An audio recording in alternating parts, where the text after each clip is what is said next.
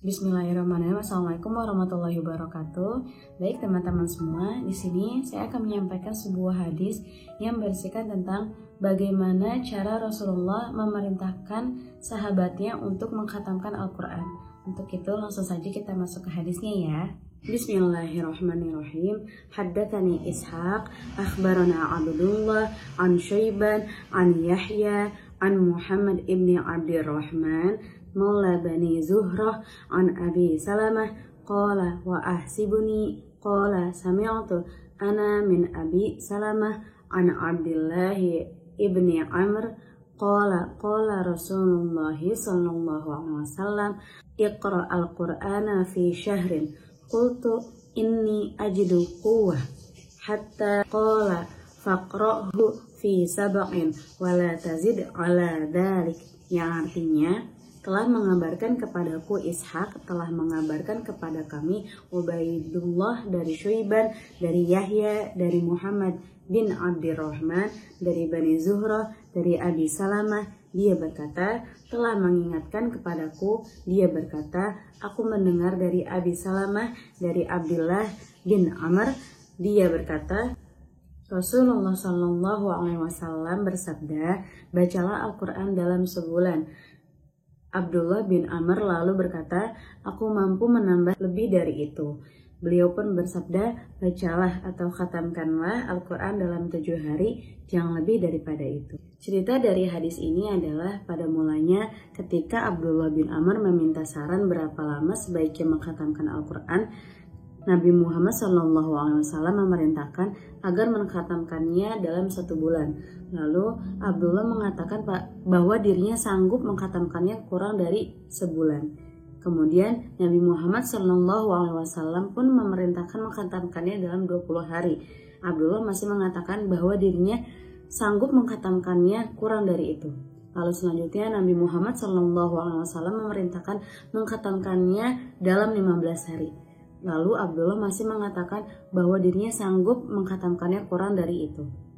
Lalu selanjutnya Nabi Muhammad SAW pun memerintahkan lagi mengkhatamkannya dalam 10 hari.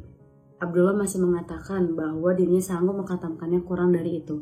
Lalu Nabi Muhammad SAW pun memerintahkan mengkhatamkannya dalam 7 hari atau 5 hari. Abdullah masih mengatakan bahwa dirinya sanggup mengkhatamkannya kurang dari itu. Lalu Nabi Muhammad SAW pun membatasinya minimal 3 hari saja atau jangan kurang dari 3 hari itu. Bahwa yang harus kita ketahui, larangan atau batasan mengkhatamkan Al-Quran kurang dari 3 hari tersebut dimaksudkan agar saat membaca Al-Quran bisa disertai dengan pemahaman. Dalam hadis riwayat Abu Dawud, Al-Tirmizi, dan Ahmad diterangkan bahwa Rasulullah SAW pun pernah bersabda, tidak akan dapat memahami atau menghayati Al-Quran orang yang membacanya kurang dari 3 hari. Mungkin cukup sekian penyampaian hadis ini dari saya. Kurang lebihnya mohon maaf. Wassalamualaikum warahmatullahi wabarakatuh.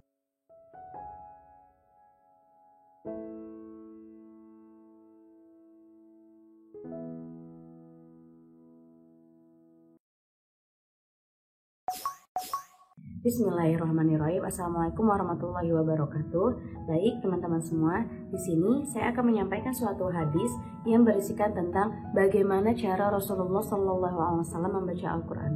Untuk itu langsung saja kita masuk ke hadisnya ya. Bismillahirrahmanirrahim. Haddatsana Amr ibnu Asim, haddatsana Hammam an Qatadah qala su'ila Anas kaifa kanat qira'atun Nabi sallallahu alaihi wasallam faqala kanat madda thumma qara'a bismillahirrahmanirrahim yamuddu bi bismillah wa yamuddu birrahman wa yamuddu birrahim, yang artinya telah mengabarkan kepada kami Amr ibnu Asim, telah mengabarkan kepada kami Hammam, seorang sahabat Nabi sallallahu alaihi wasallam. Qatadah berkata, aku bertanya kepada Anas, bagaimanakah cara Rasulullah sallallahu alaihi wasallam membaca Al-Quran? Anas pun menjawab, Rasulullah memanjangkan bacaan sesuai dengan hukum tajwid, lalu membaca Bismillahirrahmanirrahim dan memanjangkan Ar-Rahman dan memanjangkan Ar-Rahim. Di hadis ini dapat kita simpulkan bagaimana cara Rasulullah SAW membaca Al-Quran. Yang pertama, Rasulullah membaca Al-Quran dengan jelas, dengan pengucapan yang jelas dan terang, kata per kata, kalimat per kalimat. Dengan demikian tidak ada kata yang terlewat ataupun kata-kata yang sama. Yang kedua, Rasulullah membaca panjang atau pendek setiap huruf Al-Quran sesuai dengan hukum tajwid. Yang ketiga, Rasulullah memotong bacaan pada setiap ayat Al-Quran. Rasulullah tidak memaksa untuk membaca terus-menerus atau menerobos bacaan ayat dengan ayat yang lainnya. Yang keempat, Rasulullah kadang membaca Al-Quran dengan suara keras ataupun dengan suara pelan. Yang kelima, Rasulullah membaca Al-Quran dengan suara indah dan merdu. Mungkin cukup sekian penjelasan hadis ini dari saya. Untuk itu, wassalamualaikum warahmatullahi wabarakatuh.